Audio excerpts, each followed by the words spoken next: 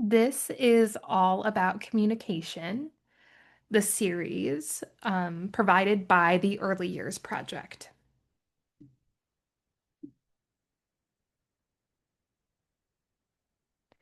Within the communication series, we will talk about what communication is, how it works, early communication skills, developmental milestones, potential signs of delay, how to refer a child who we have concerns of potential signs of delay, and how to work on communication development in the home. And if you're an early childhood provider, how you can work on fostering development in your classroom or your room. In this video, we will talk about what communication is, how it works, and then what are some of the early symbolic communication skills. Starting with what is communication? There are a lot of different definitions of communication, but for the sake of this presentation, communication is the exchange of messages. So, communication can be really a variety of different modalities. So, first, we see communication can be verbal. So, really, this is what we see most often through spoken words, vocalizations, or verbalizations. Communication can be nonverbal. This would be gestures, facial expressions, or using a communication device. Communication can be manual, so this would include any hand signals or body signals, such as American Sign Language, cued speech, finger spelling, any kind of manual communication form that we're using our body to communicate. The next area would be written. So if you're thinking like you're passing your friend a note in class, that's a written form of communication. A text is communicate or written communication. And the last type of communication could be visual. So that could be a chart, a graph, a picture, anything like that. Often, like we see in this visual, communication is a combination of all of these forms working together simultaneously to really increase the effectiveness of the message that's being sent. So, if we're thinking we may be talking with somebody, having a verbal conversation, we're still using nonverbal cues like gestures, facial expressions.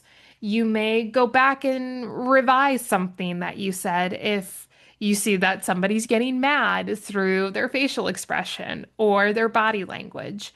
So often we're using multiple forms simultaneously. How are language and communication different? Communication and language really go hand in hand, and they both have to do with interacting with others and building relationships. But it's really important that we define communication as the act of sending and receiving the message, whereas language is the mode in which we send it. So think of it right now. Language, we have different languages. So I may be speaking English, or I could speak Spanish or French, whatever language you use, you're still saying, I'm hungry, or thank you.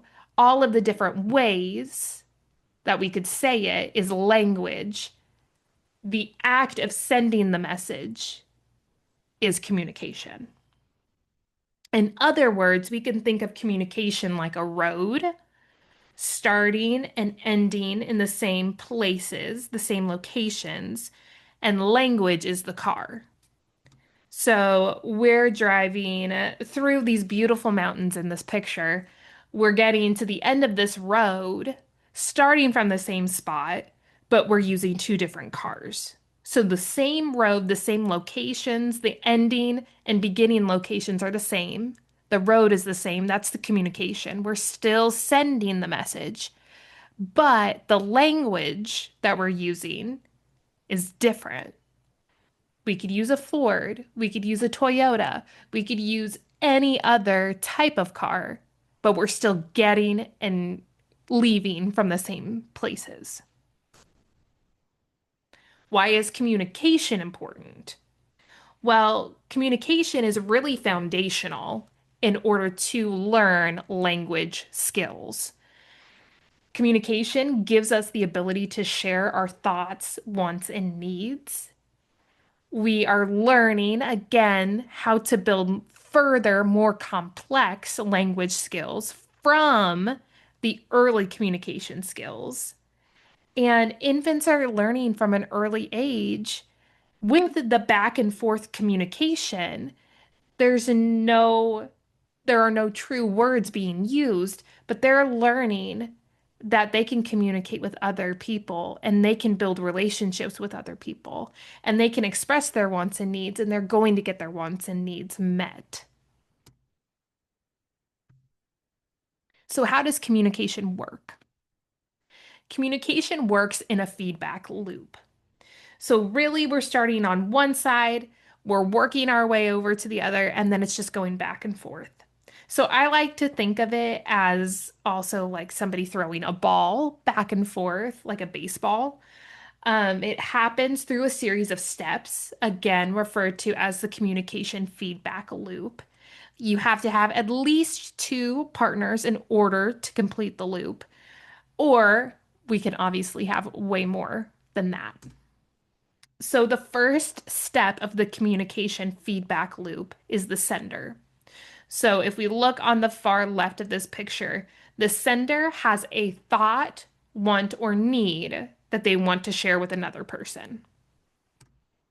From there, they are going to turn that message into a message that can be communicated. So, for example, they might decide, okay, I'm going to use spoken language. I am going to use American Sign Language to communicate. I'm going to send a text message. They're deciding, okay, I have this thought that I need to convey. I'm going to put it into a text message. So then the channel, we're kind of talking about the last step a little bit more in depth. How are they going to send it? Okay, so if they decide I'm going to send a text message and this is what I'm going to say, how are they going to send it? They're going to need to use their phone. Or if they decide I'm going to communicate this verbally, how are they going to do it? Well, it has to be through the air. So the channel or the message, that's what we're referring to. The next area is the second person receives the message through the channel and they start to break it apart. And then from there, the receiver really understands the meaning of the message. They start to form their own response, how they're going to respond, all of that. And then the loop just goes the opposite way. And like I said, we can think of this as somebody throwing a ball back and forth, or two people on a teeter-totter. They're going back and forth. It's important to think about feedback while we're talking about the communication feedback loop. So, as a sender is sending their message, they're looking at the nonverbal cues. And it's also important to talk about if somebody who has any kind of vision loss, how is this going to impact how effectively you guys are going to be able to communicate? You're going to need to make some changes, maybe better lighting. You may be more descriptive on how you're feeling if they don't have the visual skills to see your facial expressions. So, how can that impact your communication as well? And lastly, I also want to talk about noise and how it significantly impacts the effectiveness of two people communicating. So, if you're in a really loud environment and you're communicating with somebody who has any kind of hearing loss, that's not fair to them. Okay, so how are we going to change our environment? I can move closer. I could talk in an ear that may be better for them. But that's also something that we need to be thinking about as well. So, kind of going a little bit in greater detail, why is the communication feedback loop important? So, I'm not using this example to call any parents out or anything like that, but just to kind of put it in more visual terms. So, let's say this girl is so excited to tell her dad about her day. And she did so many cool things and so many new things at school, and she wants to tell him all about it. She's so excited, but he's on the phone and he's working. Well, maybe a little bit later, she tries again, but he's on his phone again doing something else. What is she going to learn without that back and forth communication?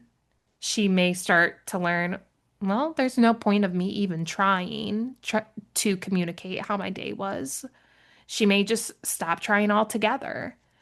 And again, I'm not saying that to call anybody out because, of course, there are times where we need to check our phone and look at our phone, but also think about how, if a child is communicating, we need to be communicating back.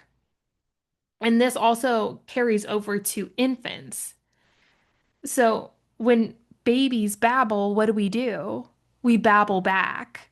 We babble back and forth with them. And is there any true words that we're using? No. Do we really know the meaning of the back and forth with the babbling? No. But they're learning the back and forth exchanges. So now we'll get into early communication skills. This includes pre-linguistic communication, joint attention, early symbolic communication, and play. So we'll go into each of these a little bit more in detail. Pre-linguistic communication. So this means pre, before linguistic language. So before language, before they're using words, how are they communicating? We communicate through gestures, pointing, showing, giving, giving somebody an object for them to turn take. We're using eye gaze. If I look over across the room, I'm showing, hey, look over there. And then we want to see them start to look at what I'm looking at.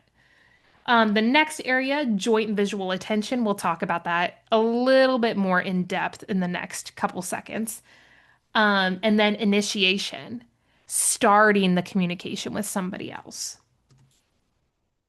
Joint attention, when one person purposefully coordinates their focus of attention with another person. So often we see this by looking at an object, looking at caregiver to express, I want that, I don't like that.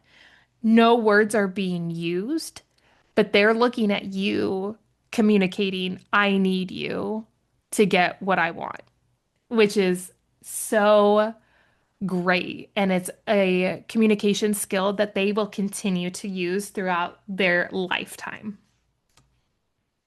So, this is a great example of joint attention. So, in this video, I really want you to look at there's a toy in the bottom right hand corner and it lights up and it plays music. And the baby loves it. She's giggling, she's laughing, she's having a great time. But once that music and those sounds and the lights stop, she's looking at mom or dad behind the camera expressing, well, are you going to make it go again? Which is so sweet. But this is a perfect example of joint attention.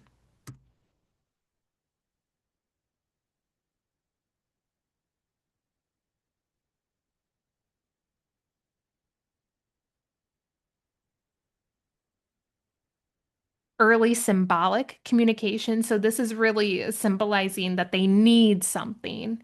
We see it in a progression, crying, then they start cooing and babbling. They start using facial expressions, body movements. They're looking at you. And then they're using arms to show excitement, or they may be reaching up to you, communicating, I want to be held.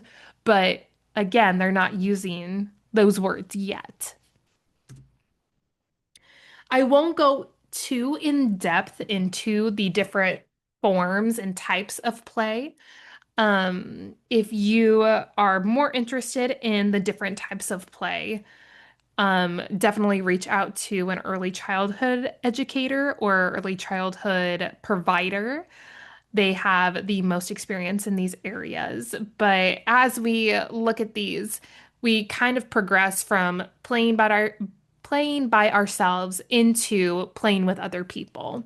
And cooperative play, even if it's just two kids playing house, they're assigning roles to each other. They're working together to cook food. Obviously, they're not actually cooking food, but they're learning how to communicate with others and they're learning how to work with others, which as adults, we're all still using those skills.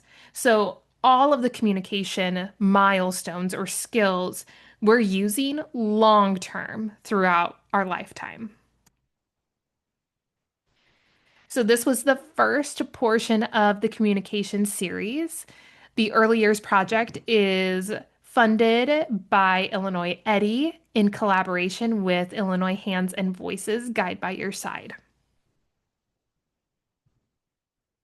We invite you to use your phone camera to scan these QR codes, which will take you to a survey to provide your thoughts, inputs, anything that we can do to provide more education or more resources for caregivers and early childhood providers.